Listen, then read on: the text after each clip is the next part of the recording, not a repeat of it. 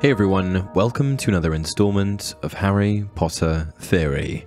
Today we're going to be discussing wands, specifically the wand of Lord Voldemort. What's one way that we can identify someone's nature without knowing anything about them at all? Is it even possible? Well, as it so happens, yes it is. Thanks to the existence of wands, we can learn a lot about a person simply by taking a quick glance at the wand clenched in their hand. Of course, to the untrained eye, a wand will appear to be nothing more than a glorified piece of wood, and that doesn't tell us anything. But fortunately, thanks to the expertise and guidance of Garrick Ollivander, owner of Ollivander's wand shop in Diagon Alley, we now have the ability to carefully dissect each component of the wand. And with this information, we're able to ascertain exactly what a certain wand says about a witch or wizard. It's no exact science, but it can certainly tell us something. Today, we're going to be taking a look at Lord Voldemort and uncovering what exactly Voldemort's original wand says about him. The wand given to him by Ollivander when he visited Ollivander's wand shop, just like all of the other witches and wizards in his year. We're going to be dissecting wood, core, length, and flexibility, starting with wood. Tom Riddle's first wand was made of yew, which refers to various coniferous trees and shrubs in the genus Taxus. Yew trees can be found in the Forbidden Forest. Yew wands are among the rarer kinds, and their ideal matches are likewise unusual, and occasionally notorious.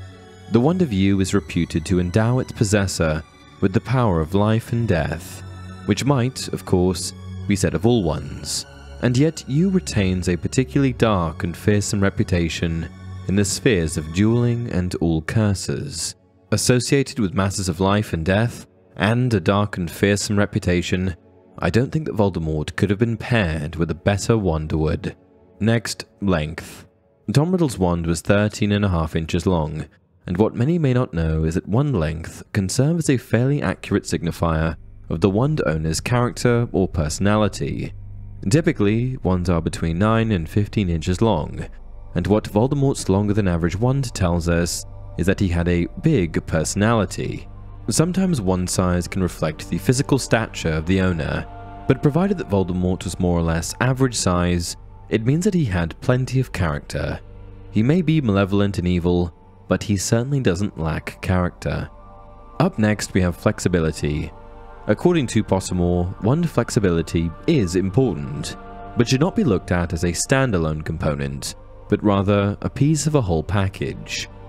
Wand flexibility or rigidity denotes the degree of adaptability and willingness to change possessed by the wand and owner pair, although, again, this factor ought not be considered separately from the wand wood, core, and length, nor of the owner's life experience and style of magic, all of which will combine to make the wand in question unique. While I can't seem to recall or find anything regarding the flexibility of Voldemort's wand, I'm going to go out on a whim here and say that his wand was probably quite rigid. I say this because Voldemort was entirely unyielding on his mission to achieve immortality and enslave muggles, hell-bent even, and it's this rigidity in his personality that tells me his wand was probably a good match. Lastly, we have core. Voldemort, of course, shares the brother core to Harry's wand, a core produced from the feather of a phoenix. Phoenix feathers are capable of the greatest range of magic, though they may take longer than either unicorn or dragon cores to reveal this. They show the most initiative, sometimes acting of their own accord, a quality that many witches and wizards dislike. Phoenix feather wands are always the pickiest when it comes to potential owners, for the creature from which they are taken is one of the most independent and detached in the world. Considering these four elements together, length, wood, core, and flexibility, we should be able to understand Voldemort just a little bit better. And that's it for this video.